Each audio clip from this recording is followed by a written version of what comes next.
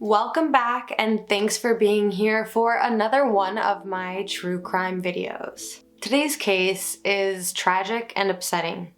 It involves the death of a young, beautiful woman who had a promising future ahead of her. Today we're talking about Lauren Smith Fields, a 23-year-old college student who was found dead in her apartment by a man she had recently met on the Bumble dating app. Lauren was drop-dead gorgeous, but she was also a hard worker, and she had an active following on both Instagram and TikTok. She loved to travel and post about her trips and outfits of the day, fashion, makeup, you name it. This all might sound a little familiar. We all know the name Gabby Petito. We all rallied for justice, and we've seen her name everywhere. News platforms kept her story alive for months, and she became a household name as the entire country searched for her and her possible killer. Lauren and Gabby had a lot in common, there's no denying that. The main difference between them is their skin color, and I wish that I could say that Lauren Smith Fields, a young Black woman, received the same attention, the same outcry for justice as Gabby Petito, a young white woman. But the truth is, this case is a sobering reminder that inequality and racism rules the media and some law enforcement agencies in this country.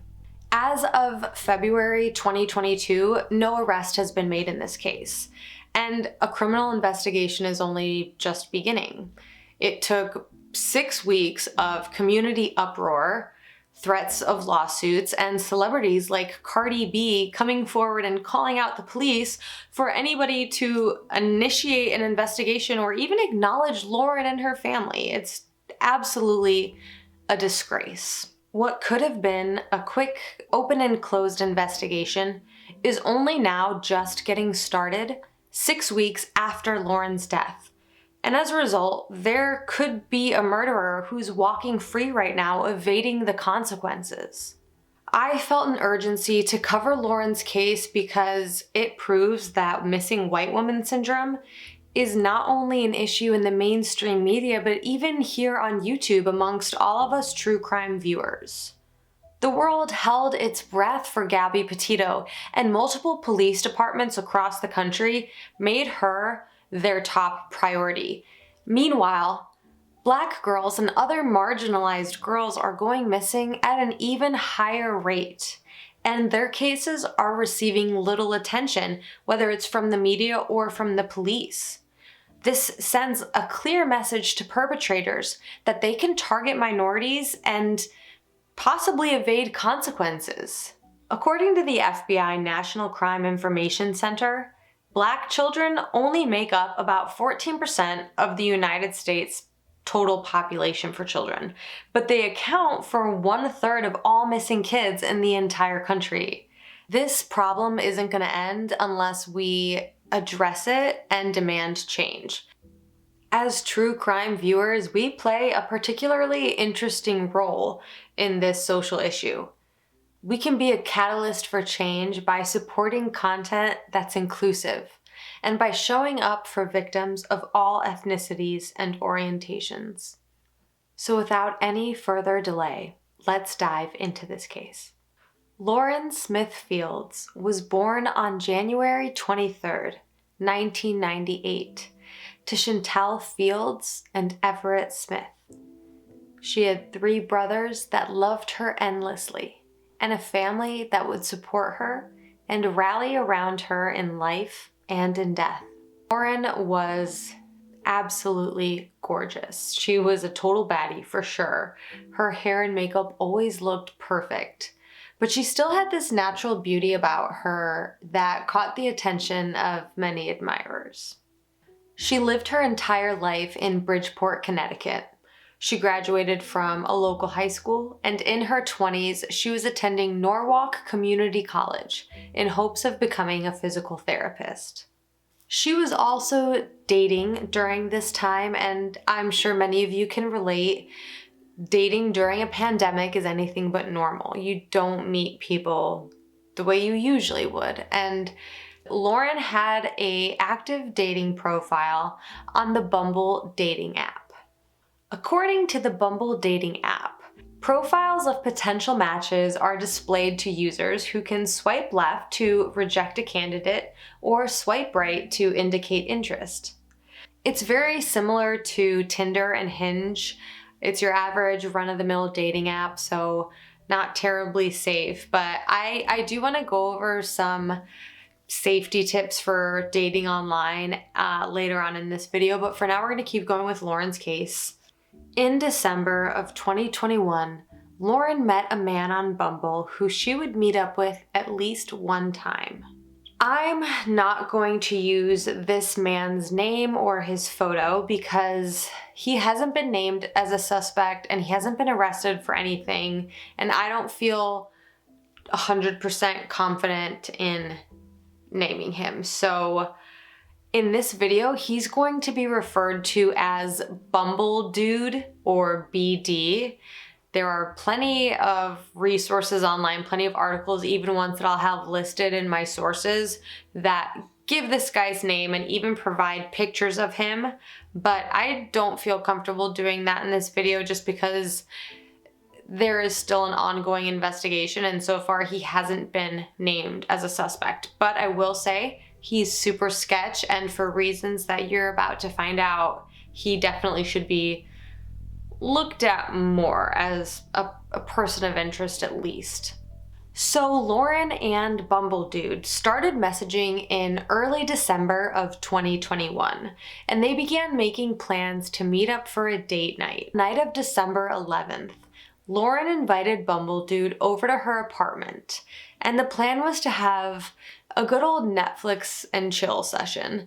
They were just gonna watch a movie and have a couple drinks. But at some point in the night, things got a little bit more intense. Now, we don't have Lauren's side of the story because she's no longer with us. The only account we have of that night comes from Bumble Dude, and right now there are no facts that really substantiate his story. Hopefully, as this investigation progresses, we're gonna get more information, and when that happens, I'll make an update video. But for now, here is what Bumble Dude told police about that night in Lauren's apartment. Bumble Dude told the Bridgeport police that he and Lauren had been messaging back and forth for a few days leading up to their first date. On the day they were supposed to meet, December 11th, he told police that Lauren had texted him asking for $40 so that she could go get her nails done.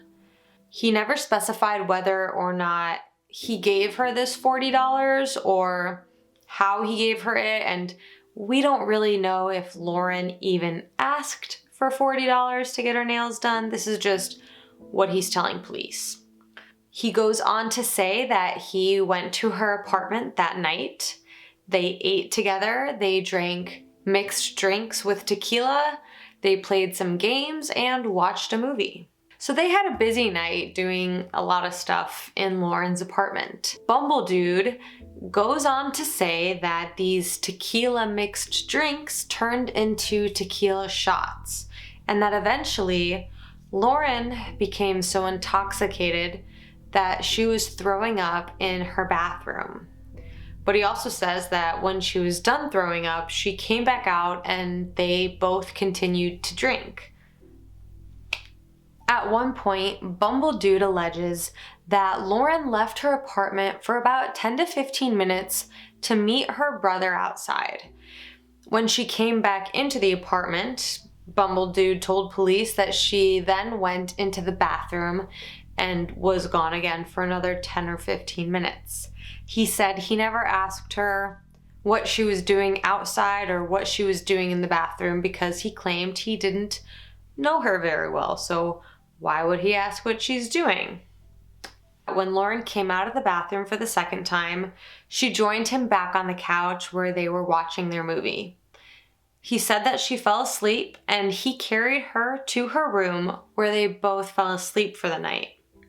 Bumble Dude said that he woke up around 3 a.m. and Lauren was snoring. She was still alive. He went to use the restroom everything seemed normal. But when he woke up again that morning at 6:30, Lauren had blood coming out of one of her nostrils and she was no longer breathing. This is when Bumble Dude says he called 911. Whether or not his account of what happened that night is accurate, Lauren Smith Fields was pronounced dead in her apartment on December 12th, 2021. Bumble Dude was questioned by the police, but they sent him home without any further questioning or testing or really any intention of calling him back in. Lauren's family wasn't contacted by the Bridgeport police. I don't know what efforts they made to notify her next of kin, but it was actually her landlord that was notified of her death. And since he didn't have any emergency contact information for Lauren, he taped a note to her apartment door saying that if anybody was looking for Lauren, then to call this number. And the day after Lauren died, when her mother and brother couldn't get a hold of her, they showed up at her apartment and found this note. And I can only imagine how terrifying that must have been. Lauren's mother said that as soon as she saw it, she knew that something was wrong. And when they told her that her daughter was gone, she just couldn't believe it. Instead of being met with sensitivity, empathy, or even professionalism, Lauren's family felt that the police in Bridgeport couldn't care less about her case. In interviews with Rolling Stone magazine and the New York Times, Lauren's family alleges that the Bridgeport police ignored them, hung up on them, and disrespected them whenever they tried to inquire about Lauren's case. The landlord told Lauren's mom and brother that she had a Bumble date staying with her the night/morning that she died. And when they brought this up to police and asked if they had questioned him, apparently a detective told them that this man, her Bumble date, was a nice older guy that had nothing to do with it. One of Lauren's brothers alleges that they had to beg police just to collect evidence from her apartment. You would think that the unexpected death of a 23-year-old woman would warrant an investigation, at least some questioning, at least wait until the autopsy is done before you just dismiss everything, right? When Gabby Petito went missing, the world dropped everything. People sprang into action right away and no one even knew that she was dead at that point. And here in this case, we have another young, beautiful girl with romantic and social media undertones in the case, and yet one case goes viral and the other one is struggling to even get started.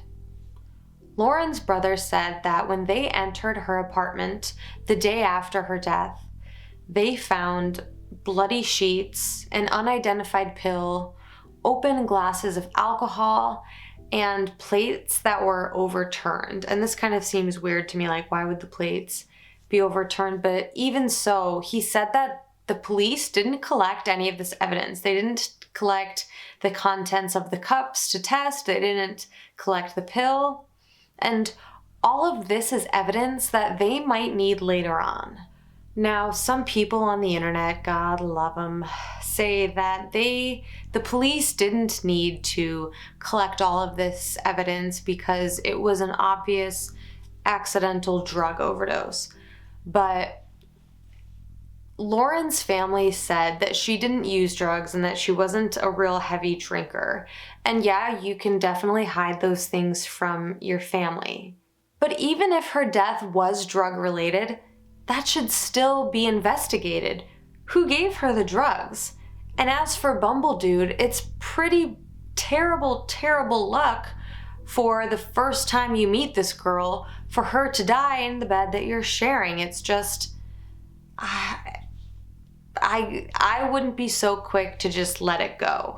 And let's just say if, like I'm speculating here, but if Bumble Dude brought drugs over that night and Lauren took those drugs and overdosed, he would still be criminally responsible and there should still be an investigation because That just points to a whole bunch of red flags right there. If this guy's meeting girls on Bumble, bringing drugs over to their house, and one of them's overdosing on them, that's something that needs to be stopped. That warrants a police investigation. And I don't know that Bumble dude supplied the drugs or brought drugs or had anything to do with it, but I'm just saying that it just seems way too coincidental for a girl who has no obvious drug history to overdose in a bed next to some guy that she's just met. It just doesn't make sense. We don't even have evidence that Lauren ever used drugs.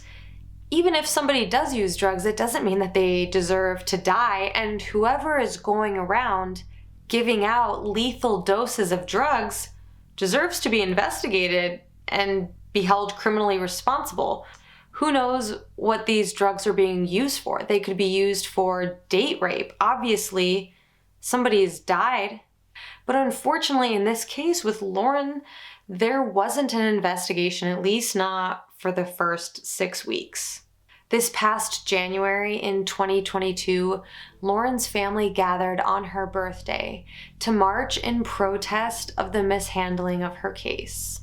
They did their best to bring awareness and to try to gain some traction, but the headlines Lauren got were heavy with double standards and racist subtext. They labeled her almost as like a sugar baby. They were saying that the man that she was with was way older than her and just kind of alluding to some sketchy activity going on, when really it just seems like it was an innocent Bumble date that went terribly wrong for Lauren. Celebrities like Cardi B started calling out this racist subtext and all these double standards. And there have been countless comparisons now made to the Gabby Petito case. We can see with Gabby Petito, there was instant outcry, all of these resources, people banding together to save her. And when we have such a similar case, but with Lauren, a young Black woman, people are making excuses for what happened to her. People are defending the last person to have seen her alive. What we need now for Lauren is the same dedication to justice that Gabby got, the same pursuit for the truth. We need a non-biased investigation and, honestly, an apology to her family and the community. The mayor of Bridgeport, Connecticut, Joseph Ganim, did call for the suspension of 2 of the detectives who were on Lauren's case, and he called their mishandling of the case a disappointment, which is a bit of an understatement, but it's a start. So Lauren's autopsy recently came back, and her death was determined to be the cause of a fentanyl overdose with a mixture of prescription drugs and alcohol in her system. So her death was drug-related, but no one knew Lauren to be a fentanyl user, and the only other new factor in her life was this Bumble dude. So that alone just warrants more of an investigation. I don't know what this Bumble dude's deal is, if he was involved at all, but just speculating here, if somebody is using drugs like fentanyl, bringing them on dates and giving them to his dates and then going on to have sex with these women, it's that right there, it just points to like such a horrible red flag. And I'm gonna get more into that. So Lauren's death was ruled as an accident, but in the last few days it's been announced that they are opening a criminal investigation. Her family has been saying that the police need to get her text messages and the messages from Bumble, and that's exactly what they need to do. I'm sure that the messages between Bumble Dude and Lauren leading up to her death will be very telling, very helpful in this investigation. Lauren's mother also wants Bumble Dude to be questioned more. Remember how he said that on the morning of December 11th, Lauren texted him about needing or wanting $40 to get her nails done? Well, Lauren's mom said that she got her nails done just a few days prior to that. So she wouldn't have needed or wanted to go get her nails done. She also had more than $1,000 in cash at her apartment, so she wouldn't have needed the $40 from this guy that she just met. So she thinks that's super suspicious. And in fact, when Lauren was at the funeral home and her family was making funeral arrangements for her just days after her death, her nails that she'd gotten done earlier in the week were still so intact that they didn't need to redo them for the viewing. So Lauren's mom thinks that that specific detail about the nails just really sticks out. And I agree, it's a little detail, but I feel like with liars, they hang on to little details or add little details to their lies to make them seem more believable.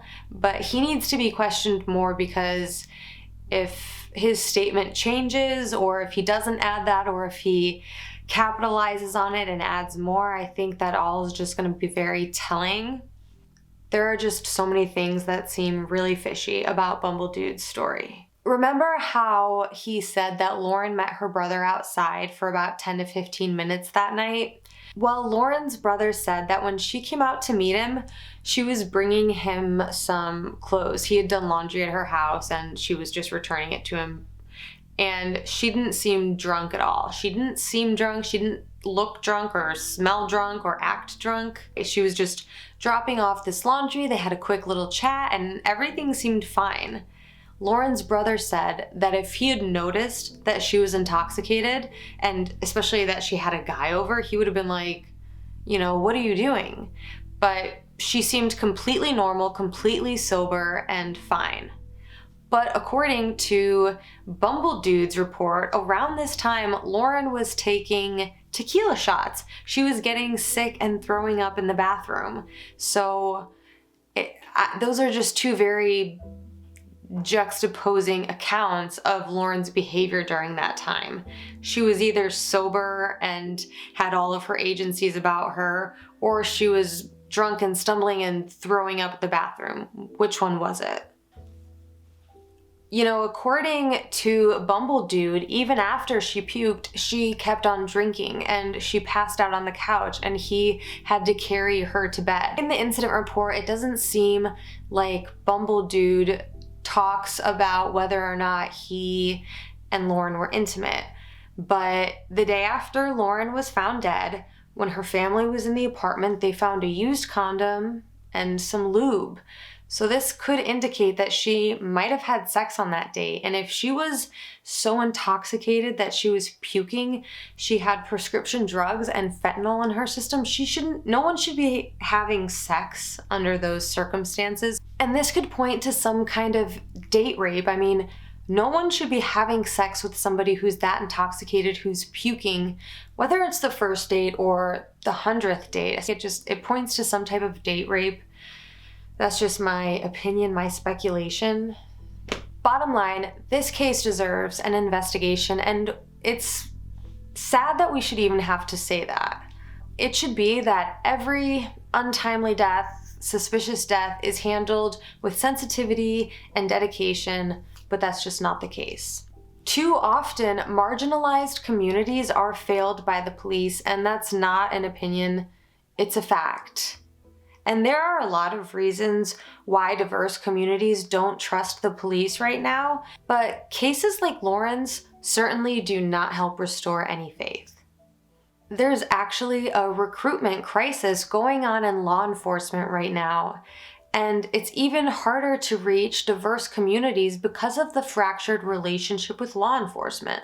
Whether or not it's accurate for every police department, law enforcement agencies are finding that they're developing more and more of a corrupt and prejudiced reputation. And if they want to change this, they need to prove that they're dedicated to the diverse communities they serve. And right now, that's just not happening. Sure, the media contributes to missing white woman syndrome, but so do law enforcement agencies when they disrespect victims and fail to protect and serve their families. Whether this is conscious or unconscious, I feel like we see it happening over and over again. What makes this all so much worse is that marginalized communities, minorities, they're the ones who are less likely to have access to resources like private investigators, resources that are essentials when someone goes missing or dies under suspicious circumstances. These are the communities that need the police most of all. They need to be taken seriously. They need to not be labeled as runaways or drug addicts or of any less importance. And unfortunately, it's hard for these communities to count on the police because the lack of representation and the history of discrimination is so prominent that it's fractured the relationship between them and law enforcement. I feel like none of this should have to be said, but obviously it does because of cases like this. I know that true crime content has a way of desensitizing us, but cases like Gabby Petito, when compared side by side to Lauren Smith Fields, they're harsh wake-up calls to the disparities that exist even in true crime content. Overall, I think we need to be more mindful about what we pay attention to. Lauren's case is just in the beginning stages of a criminal investigation, and hopefully time will bring answers for her family and justice for her. Her family does have a GoFundMe page that I'm going to link below. They're raising money to fund their own investigation pretty much since the start. They've had to do all of this their own. They've been the ones, paying for independent autopsies, trying to hire private investigators. So all of the money that they raise in that GoFundMe campaign is going to go to their private investigation. They need answers to find out what happened to Lauren. I'm going to be donating to the GoFundMe. If it's at all in your means, I urge you to do so as well. But even just showing them support, leaving a message, something like that, I think will go a long way just to show the support and know that we're rallying behind her the same way that the country rallied behind Gabby Petito, because that's one of the things that they've talked about in some interviews and even their lawyer has brought up. It's difficult that this happened in such close proximity to Gabby's case because it's just such a blatant reminder that, one person who fits all of these standards for the media, who fits this archetype of this young, white, pure woman, she goes missing and she gets all of this attention, and then their own family member seems to not be getting any. In the meantime, that's really all that I have on this case. I want to say that if you are dating online, please be safe. Always update your friends and family about who you're talking to. Never give out your personal information. Screenshot people's profiles. Don't respond to sketchy messages. Meet in public in a place where you feel comfortable, or even video chat with them before you meet them. There's so many ways that you can stay safe dating online. I'm going to have some of those articles with tips linked below. Just please stay safe out there, guys. This world is a crazy place. So I'm going to end this video here. It's literally like 2 a.m. I made this video after work. I'm exhausted, but I'm very glad that I got it done. So please go ahead and like this video if you were able to get something out of it. Share this video with people around you. Get Lauren's name out there. Share that GoFundMe. And like I said, let's just be mindful about the kind of stuff that we're watching, what we're paying attention to. See you in the comments. Subscribe to this channel if you haven't already so that you guys will be updated every time I post one of these true crime videos. I'm so tired. I'm going to bed. Stay safe, stay healthy. I will see you in my next video. Have a good night. Subscribe to this channel.